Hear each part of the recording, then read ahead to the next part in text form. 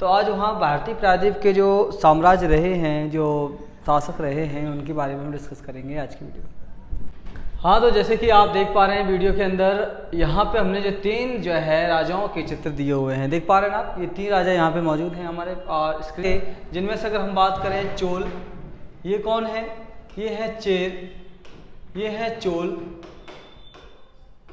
ठीक है, और ये है पांड्य, ठीक है, इन्हें हम पांड्य के नाम से भी जानते हैं। किसके नाम से? पांड्य, है ना। तो ये इनका एक काल विभाजन है ना दोस्तों। इनका काल, अगर हम विभाजन की बात करें तो चेर का जो काल विभाजन है चेर का, वो कहते हैं कि प्रथम शताब्दी से लेकर द्वितीय शताब्दी, है ना, द्वितीय शताब्दी तक का इनका शासनकाल रहता है। किसका? चेर का। अगर हम चोल की बात करें तो इन चोलास की बात करें तो इनका समय काल रहता है शासन का, वो रहता है दूसरी शताब्दी से लेकर तीसरी शताब्दी। कितना? तीसरी शताब्दी, है ना, इनका समय काल रहता है दूसरी से तीसरी शताब्दी। वहीं पांड्य की अगर हम बात करें तो पांड्य का जो शासनकाल है वो रहता है आपका तीसरी शताब्दी से लेकर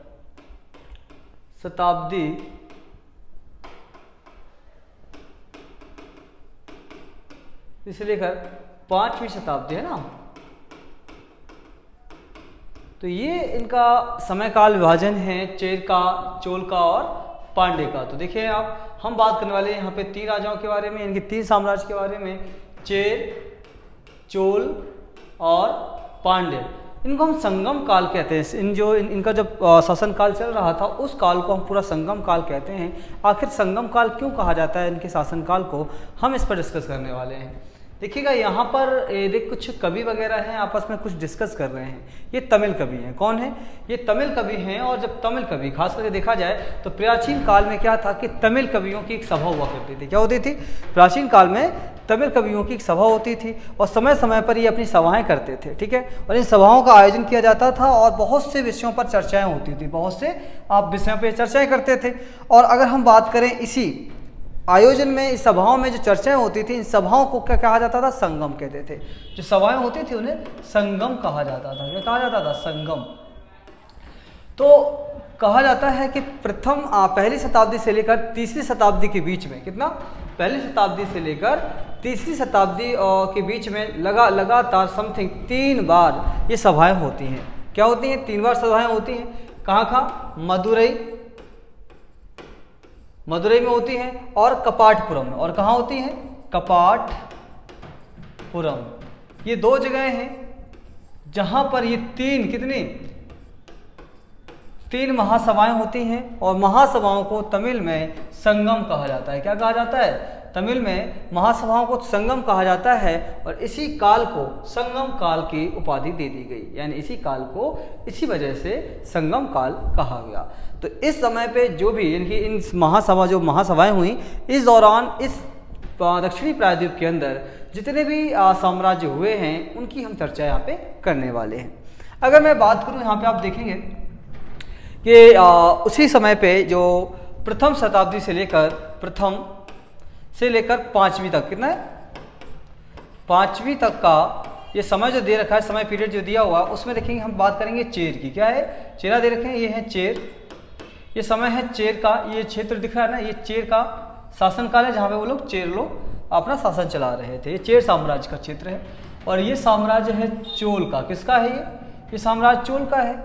वही आप यहाँ पे देखेंगे जो आज हम वर्तमान में तमिलनाडु की बात करते हैं, तो ये तमिलनाडु क्या है? पांड्या का है।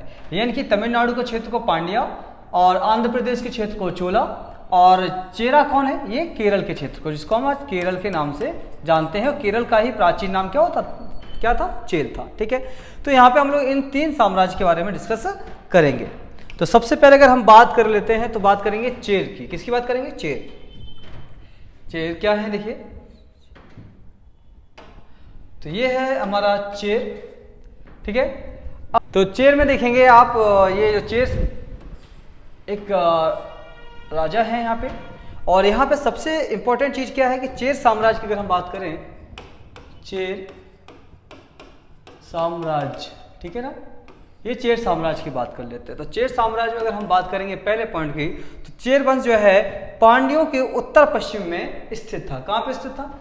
चेर जो साम्राज्य था वो पांड्यों के, देखिए ये है पांड्य, और पांड्यों के क्या थे? उत्तर और पश्चिम में ये चेर साम्राज्य स्थित था। ध्यान रखिएगा, किसके? पांड्य साम्राज्य के।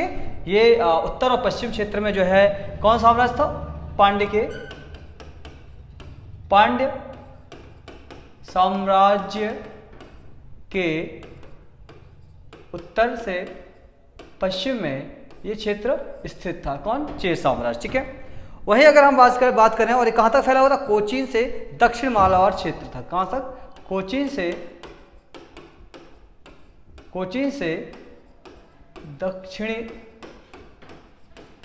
मालाबार तक ये फैला हुआ था। कौन?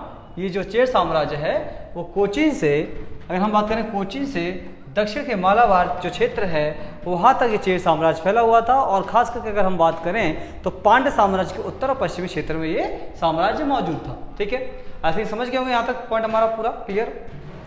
केरल का प्राचीन नाम मैं बता चुका हूँ। केरल का प्राचीन नाम ही क्या था? चेर था। और चेरों ने अपनी राजधानी किससे बनाया था दोस्तों? ध्यान रखिएगा, चेरों ने अपनी राजधानी बनाया था वो वंजी को बनाया था। किसको बनाया था? वंजी अथवा करूर। क्या है? अथवा करूर। इसको उन्होंने अपनी क्या बनाई थी? राजधानी बनाया था। किसने? चेरों ने। अगर हम तीसरे पॉइंट की बात करें तो कहते हैं एक कहानी है कि 150 ईस्वी में 150 ईस्वी में चेरों की लड़ाई हुई चोलों से। क्या हुई? चेरों की लड़ाई किससे होती है? चोलों से होती है। और चोरों के जो राजा थे करिकाल, कौन थे? चोरों के राजा थे करिकाल। चोलों के राजा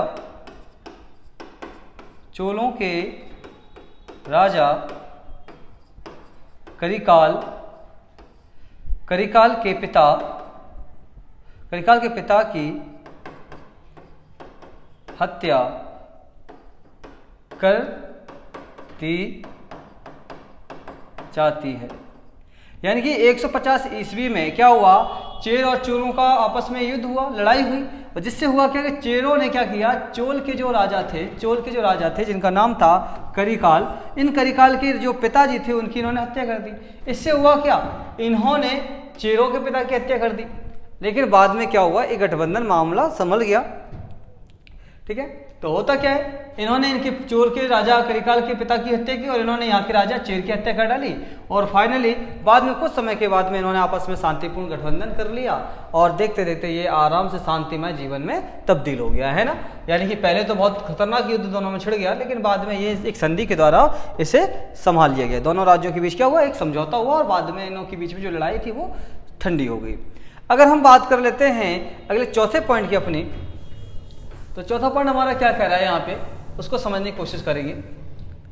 देखिएगा, अगर हम बात कर लेते हैं चौथे पॉइंट की, देखिए चेर की बात करें। किसकी? ये देखो चेर देख पा रहे हैं आप। चेर कवियों ने सेनगुट्टवन, कौन था यहाँ पे? सेनगुट्टवन, जिसे हम लाल क्या कहते थे? लाल चेर। सेनगुट्टवन, जिसे लाल चेर के नाम से भी जाना जाता था।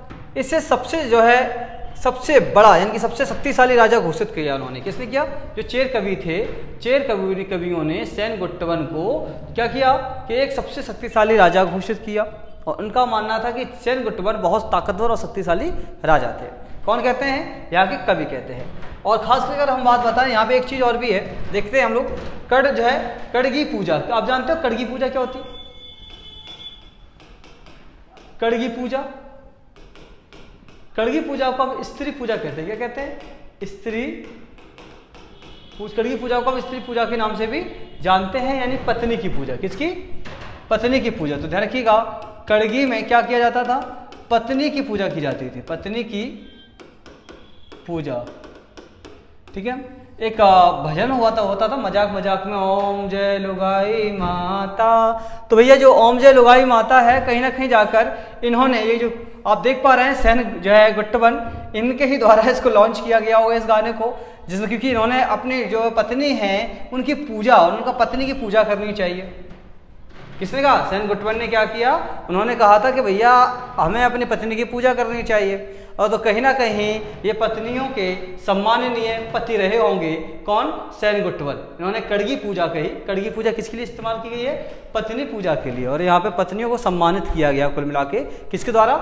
सेनगुट्टवन के द्वारा। और हो सकता है यहाँ की जो चेर कवि थे, चेर कवि ने सेनगुट्टवन को इसीलिए महान कह दिया हो। खैर जो भी रहा हो मैटर।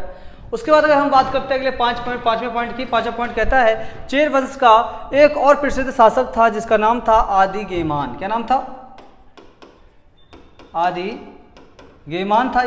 ये पांचवा प्रसिद्ध शासक, अगर हम बात करें ये पांचवा पॉइंट में आदिगेमान जो है चेर वंश का एक और प्रसिद्ध शासक हुआ करता था। और कह सकते हैं इन्होंने सबसे पहले गन्ने की खेती, क्या कहते हैं दोस्तों? गन्ने की खेती आरंभ की। किसने आरंभ की? किसने की भैया?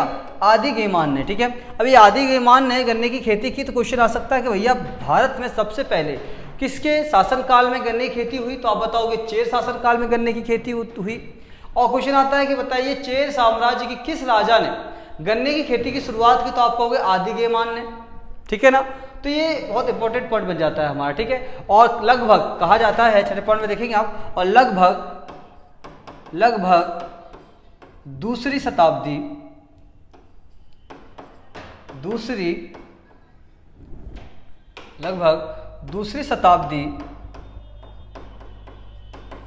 ईस्वी में हुआ क्या कि चेर शक्ति का जो है धीरे धीरे कमजोर पड़ना स्टार्ट हो गया।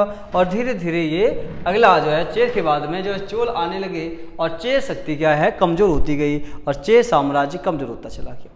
ठीक है, यानी कि अगर हम बात करें चेर साम्राज्य की, तो आप देख पा रहे हैं कि चेर साम्राज्य जो है वंश जो है खास करके देखा जाए तो ये प्रथम शताब्दी से लेकर द्वितीय शताब्दी तक रहा। कितना? प्रथम शताब्दी से लेकर द्वितीय शताब्दी तक प्रभाव में रहा। लेकिन चोलों के आने के बाद इसका प्रभाव धीरे धीरे कम होता चला गया और चोलों का बढ़ गया था। ये क्या कहते हैं, इनका साम्राज्य जो है प्रभाव चोलों का बढ़ गया था चेरों से पहले। ठीक है, अब बात कर लेते हैं हम लोग, कोई पॉइंट तो नहीं रह रहा हमारा यहाँ पे, मोस्टली हमने सारे पॉइंट इसके कवर कर लिए हैं चेर साम्राज्य के। अगर हम बात कर लेते हैं यहाँ पे चोल की, किसकी? चोल साम्राज्य की बात करें तो चोल साम्राज्य भी कहीं ना कहीं जाकर दक्षिण भारत में एक महत्वपूर्ण भूमिका निभाता है। लेकिन इसका एक समय काल है, यानी कि दूसरी शताब्दी से लेकर अगर हम बात करें, इसका समय काल मोस्टली दूसरी से तीसरी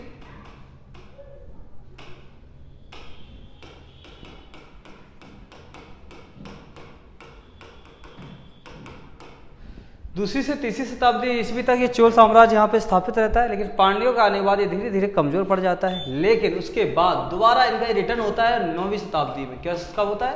9वीं शताब्दी में ये लोग दोबारा से खास करके रिटर्न करते हैं। कौन करते हैं? ये चोलास। तो पहले हम बात कर लेते हैं दूसरी से तीसरी शताब्दी के बीच में चोलों का जो इनका शासन रहा वो किस प्रकार से रहा है ना। चलिए, तो कह सकते हैं हम लोग दक्षिण भारत के इतिहास में चोल वंश बहुत ही प्रसिद्ध था। चोल वंश का जो है अगर हम बात कर लेते हैं इतिहास, दूसरी से लेकर तीसरी शताब्दी के बीच में हमें इनका इतिहास मिल जाता है। वहीं अगर हम बात करें इनकी पांड्यों के आने के बाद इनकी शक्ति धीरे धीरे कमजोर हो जाती है। लेकिन 9वीं शताब्दी के बाद इनका प्रभाव दोबारा से वापस आ जाता है। चोलों ने जो है मंतूर, क्या नाम है यहाँ पे? चोलों ने क्या? मंतूर और ओरायूर, क्या नाम है? अरायूर है। मंतूर एक, और दूसरा है आपका उरैऊर, ठीक है ना, और तंजावुर, ये तीन देखिएगा, 1, 2 और 3। इनको क्या किया उन्होंने? अपनी राजधानी बनाया। एक है मंतूर, ठीक है, मंतूर हो गया आपका, एक मंतूर और उरैयूर और तंजावुर, ये 3 शहरों को उन्होंने क्या किया? चोलों ने अपने राज्य की राजधानी स्थापित की, राजधानी बनाया। और तीसरी और चौथी शताब्दी के समय में चोल राजवंश में 2 राजाओं का प्रभाव हुआ, कह सकते हैं यहाँ पे। कहाँ पे?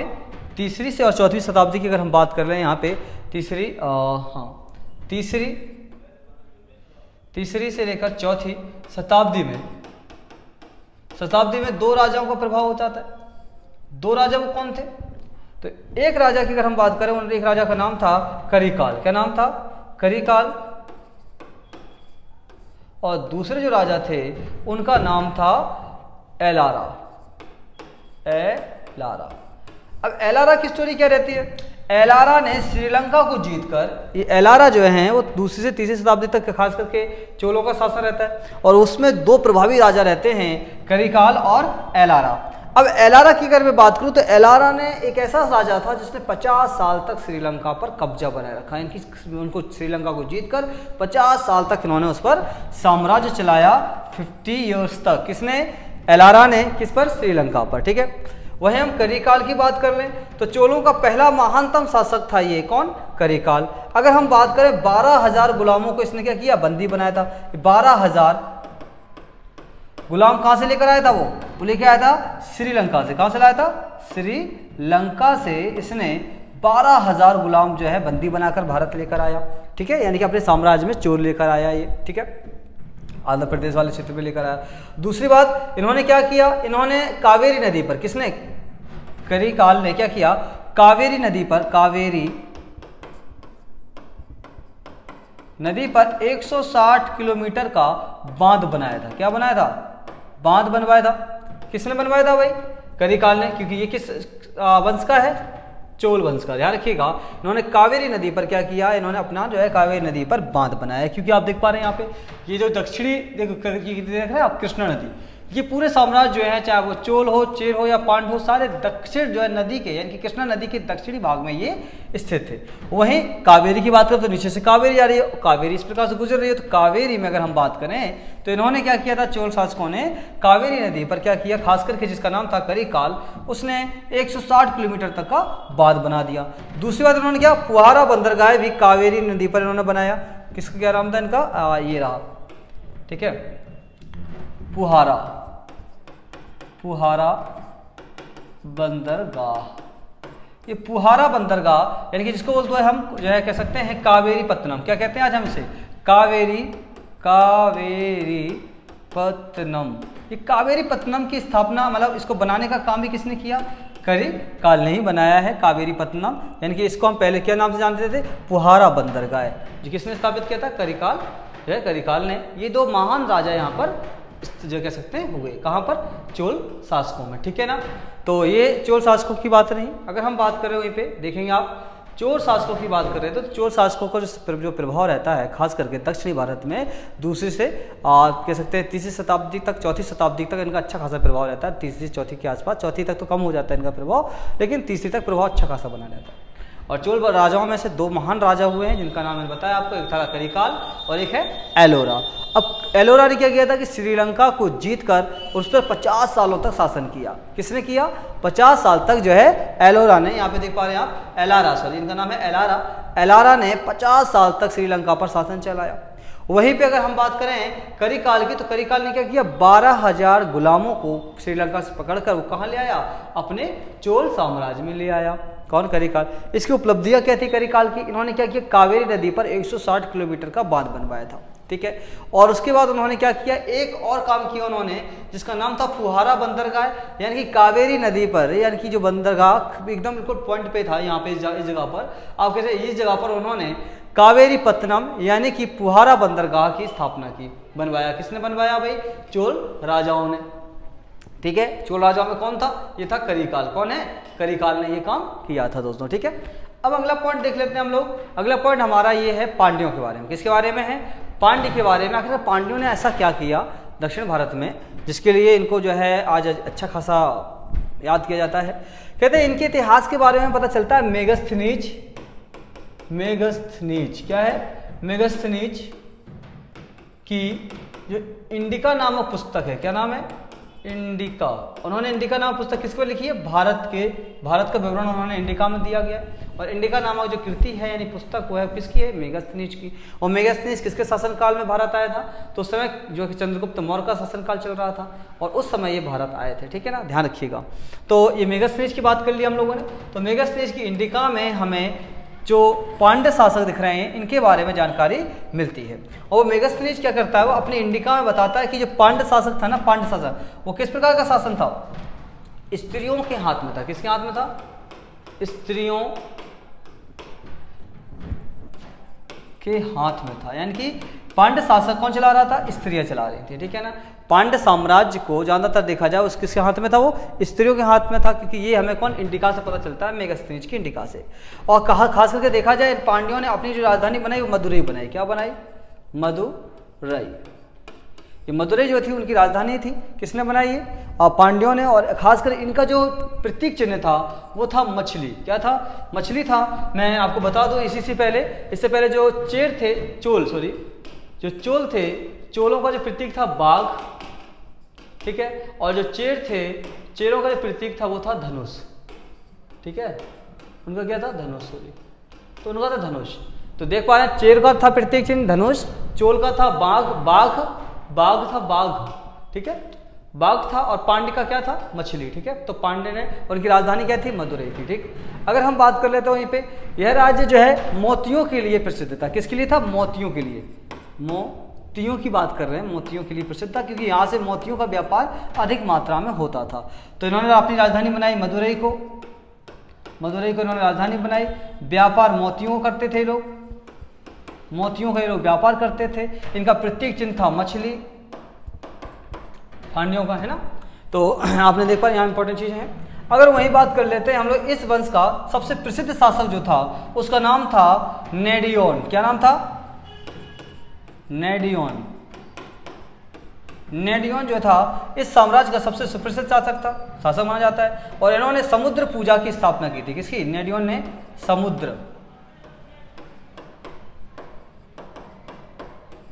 नेडियोन क्या कहता है? नेडियोन कहता है भाई हमें समुद्र की पूजा करनी चाहिए, और इन्होंने समुद्र पूजा शुरू करवाई थी नेडियोन ने, जो खास करके देखा जाए पांड्यों का सबसे प्रभावी राजा हुआ करता था, ठीक है ना। और आपको बता दें शक्तिशाली, खास करके पांड्य जो थे उनकी जो शक्तियाँ थी वो पांचवीं शताब्दी तक क्या हुआ? शताब्दी तक छीड़ पड़ गई, यानी कमजोर पड़ गई। और इसकी वजह से हुआ क्या? ये धीरे धीरे साम्राज्य जो है पतन हो गया, साम्राज्य का खात्मा हो गया। तो दोस्तों देख सकते हैं ये थोड़ी सी जानकारी थी हमारी, जो है कह सकते हैं भारतीय प्रायद्वीप की जो बाद साम्राज्य हुआ करते थे, जैसे कि संगम काल की बात की है, जिसमें चेल, चोल और पांड्य के बारे में हमने इस पर चर्चा की है। तो दोस्तों ध्यान रखिएगा, वीडियो को आप क्या करेंगे? लाइक करेंगे, शेयर करेंगे, और चैनल को सब्सक्राइब कर देंगे, बेल आइकन प्रेस कर देंगे, ताकि अगले वीडियो की नोटिफिकेशन आपको मिल जाए। क्योंकि इसके बाद अब अगला पार्ट जो हमारा आने वाला है, इसके बाद में हम लोग और डीपली करके दक्षिण भारत के शासकों के बारे में, उनके राजाओं के बारे में डीपली जाकर चर्चा करने वाले हैं, ठीक है दोस्तों।